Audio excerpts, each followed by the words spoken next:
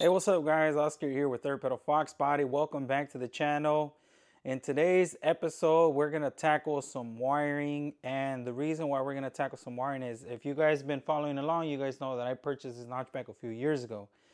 And in that time period, I started looking for issues that this car had, one of them being the wiring issue. So today I'm going to tackle some stuff that quite frankly had me surprised and everybody who sees this car, because somebody used wire nuts for house wiring, and I'm going to go ahead and address that with butt connectors, and then we're going to shrink heat them, and then we're going to continue to clean up this car so that we can get it back on the road in no time. So stay tuned for that. All right guys, so let's go ahead and start removing some of these house connections, because man, as you guys can see, this wiring is pretty bad. So what I had previously done, I just wrapped everything up because all these wires were kind of loose right here, and honestly I wasn't sure what this was all about. The harness has been hacked quite a bit, so I'm just going to remove the black tape for a little bit right now, and then I'm just going to unwrap everything that I had technically had wrapped around, so I can kind of see what is what. So I'm definitely gonna have to splice some of this stuff, because yeah, this isn't correct.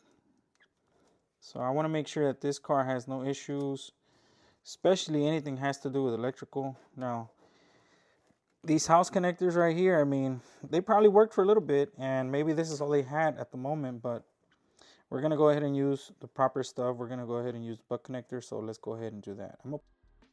So I gotta be honest with you guys, doing this wiring stuff for me, it is not something that I look forward to.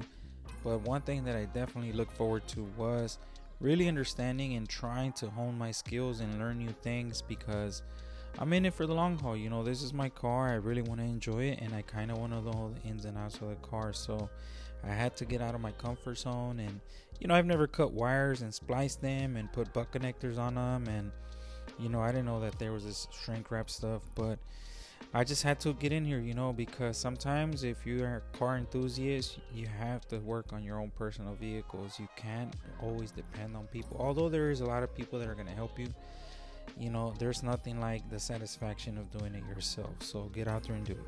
So I got to give a big shout out to all the people that really work on their Fox bodies and do a lot of their own recording, you know, doing their content, because if it wasn't for people doing their content, I wouldn't be able to do a lot of this stuff. So man, big shout out to everyone who works on their Fox body and definitely shares it with the world, because it is because of that we get brave and then we start working on our own personal cars. So I never thought I'd be doing wiring, let alone just a lot of things I do on this car, you know. But being an owner of this car for 3 years and then watching it sit for part of it, like 2 years and a half, just because I'm dependent on somebody or looking for help, or just thinking that I don't have the skills or I wouldn't be able to do it, doubting myself.